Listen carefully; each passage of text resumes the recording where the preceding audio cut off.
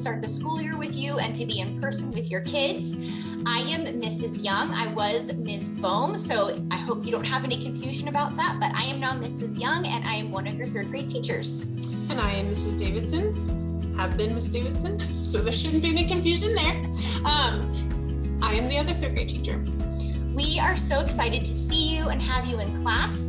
We're just going to give you some information as families so you are aware of what the school year is going to look like, and you can just have some information before coming in on Thursday so that you are ready to go for the school year. The best way to stay in contact with us if you have questions or just need to get a hold of us for any reason, the best way to do that is through email, where we regularly check our email throughout the day and are pretty good about responding to those as quickly as we are able to.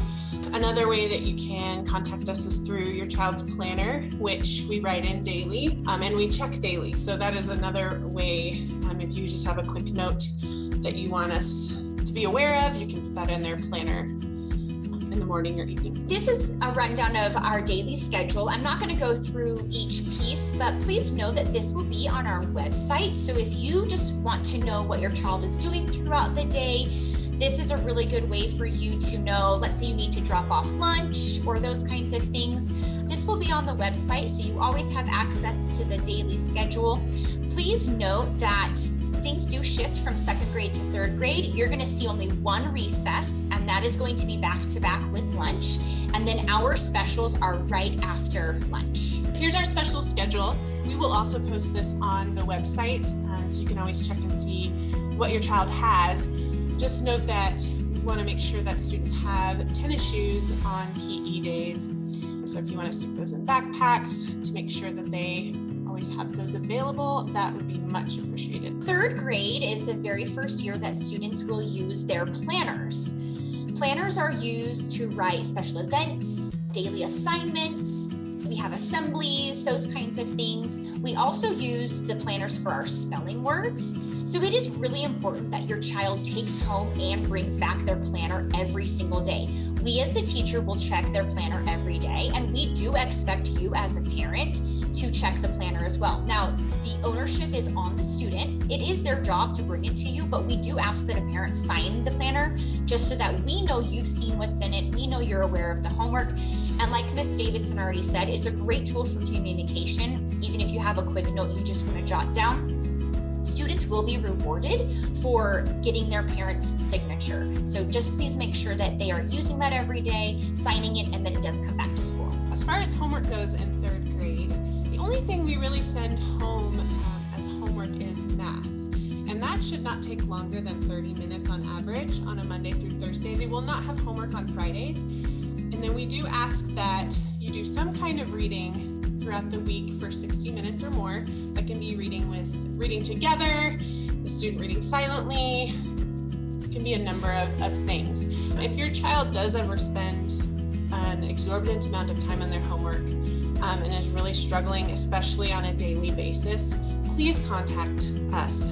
We don't want you or your child to be overly frustrated and just banging your heads against the wall every night to get that homework done.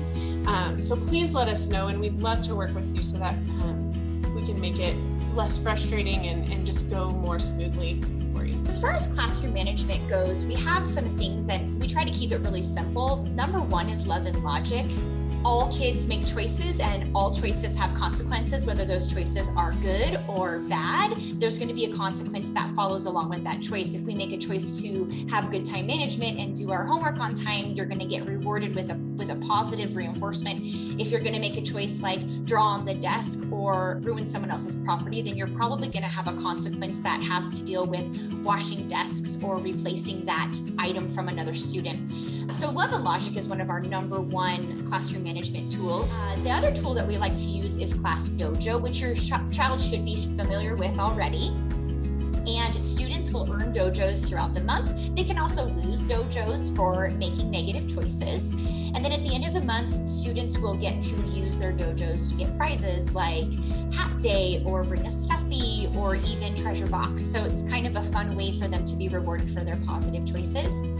As a class, we do earn marble parties. So we do have individual rewards, but we also have class rewards. So if a class does really awesome and has earned all of their marbles, they might get a pajama day or maybe an extra recess or something really fun. I know we've done art parties in the past.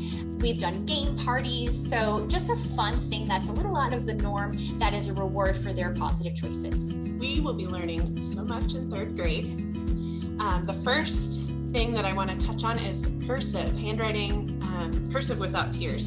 And this is something that we really try to push, that they know all their letters in cursive by Christmas as much as possible. And it's something the kids really look forward to learning. And I think it's a valuable skill to know. With language arts, we adopted a new program called the Wonders Reading Curriculum last year, and we will continue to use that. We also use the Write Now curriculum for all of our writing. Along with those two pieces, we also do study poetry, sayings, and phrases. Third grade does 2 novel studies. We will do one in the fall and we will do one in the spring. We like to read Alice's Adventures in Wonderland and The Wind in the Willows, both 2 classic, wonderful books that we think that all children should be familiar with. And then through core knowledge, we will also touch on Arabian stories, Norse, and Roman myths. Now, we know we don't study Greece, but Greek and Roman myths are strongly tied together, so we study both of those at the same time. As far as math goes, advanced addition and subtraction is continued from second grade. We continue to push that. Algebra, geometry, multiplication is huge in third and fourth grade, as well as division, learning the fractions, and we continue to use Saxon Math, which is a great program. For social studies, we will start with maps and geography. We will talk about Canada, which is our neighbor to the north. We will study the rivers of the world. One of our favorite units and one of our longest units is the study of ancient Rome. And we know that some of your kids are probably pretty familiar with our culminating activity that happens in December, where we have a Roman festival. It might look a little different than it has in the past, but we are still hopeful that we will be able to do that this year. We will study Vikings, Native Americans, early explorers, and the 13 colonies. For science, we study light and optics, chemistry, sound and the ear, human body, things like the brain and the nerves and the ear and the eye. We also study life cycles, and to help kind of wrap that unit up, we like to go to the butterfly pavilion and study life cycles there and see it in action. We also study the water cycle and ecology, and a cool thing that we have at Woodrow is we have Hawk Quest come in for an in-house field trip and bring birds of prey to show us, and usually there's an owl and an eagle and just a few other really cool birds, and we get to see them fly. We get to learn about their habitats and all that kind of stuff. When we have unit tests for science and social studies, we always put these study guides on the website. And we just do want to let you know and have you be aware that all of our tests are open note. We do find value in memorization of some things, but more than anything, we want kids to have a broad overview of these subjects. And so we do take a lot of notes, and we have a packet for each unit, but we do allow the kids to utilize the information they have gained during the unit for taking the tests. So you may print and use the study guides at home, but please know that they will also have that information on hand for the tests at school. As far as classwork policies, we are huge about putting the responsibility on the students. Third grade is a big shift from the lower elementary grades, where the students really, we ask them to take ownership of keeping track of their work and turning it in and all of that. So as far as late and missing work goes, there's 1 point deducted for every day that a paper is late. Assignments are not accepted after 10 school days. So after 10 school days, it's just recorded as a 0 and we don't accept it after that. We do, in each of our classrooms, we have a spot for missing work where we place the student's name and the name of the assignment so that they know and are held accountable for checking that to see what they are missing. And then once it's turned in, their name is erased. It is not a consequence, it's just a reminder, another tool for them to use to help them know that they are missing work and they need to get it turned in. And then we also have a spot for no name papers. If they forgot to put their name on it, we have a spot at the front of our rooms to put those so that they can check those if they are missing an assignment. Most of the time, it is in that no name paper stack. Also, as well as absences go, they have 2 days to make up the work per day they are absent. We also have something called the Rule of 71. And this is when a student, specifically on things like tests, we use this a good amount. If a student scores below a 71, they have the opportunity to correct that paper, whether it be on their own or with a teacher or some other way that they are spending time looking over that information and correcting it to raise that grade to a C, a 71. We just really want to make sure you understand that this is actually at teacher discretion. So even though we have the opportunity to utilize the Rule of 71, it might not always apply to the assignment done in class. So please know that you might get an assignment back from your child that is below a 71 and they haven't had an opportunity to redo it. There's always a reason for that. Maybe they had a lot of class time and they just didn't have very good time management. So you're always welcome to touch base with us on that, but it is at teacher discretion, and we will let you know with a piece of paper on that item that it was redone for Rule of 71, or it might come home and we might ask you to help your child redo that with them. As far as snacks and birthdays go, we do have a morning snack. We ask that students bring 1 to 2 healthy snacks. This is not lunch and this is not breakfast. This is literally a snack.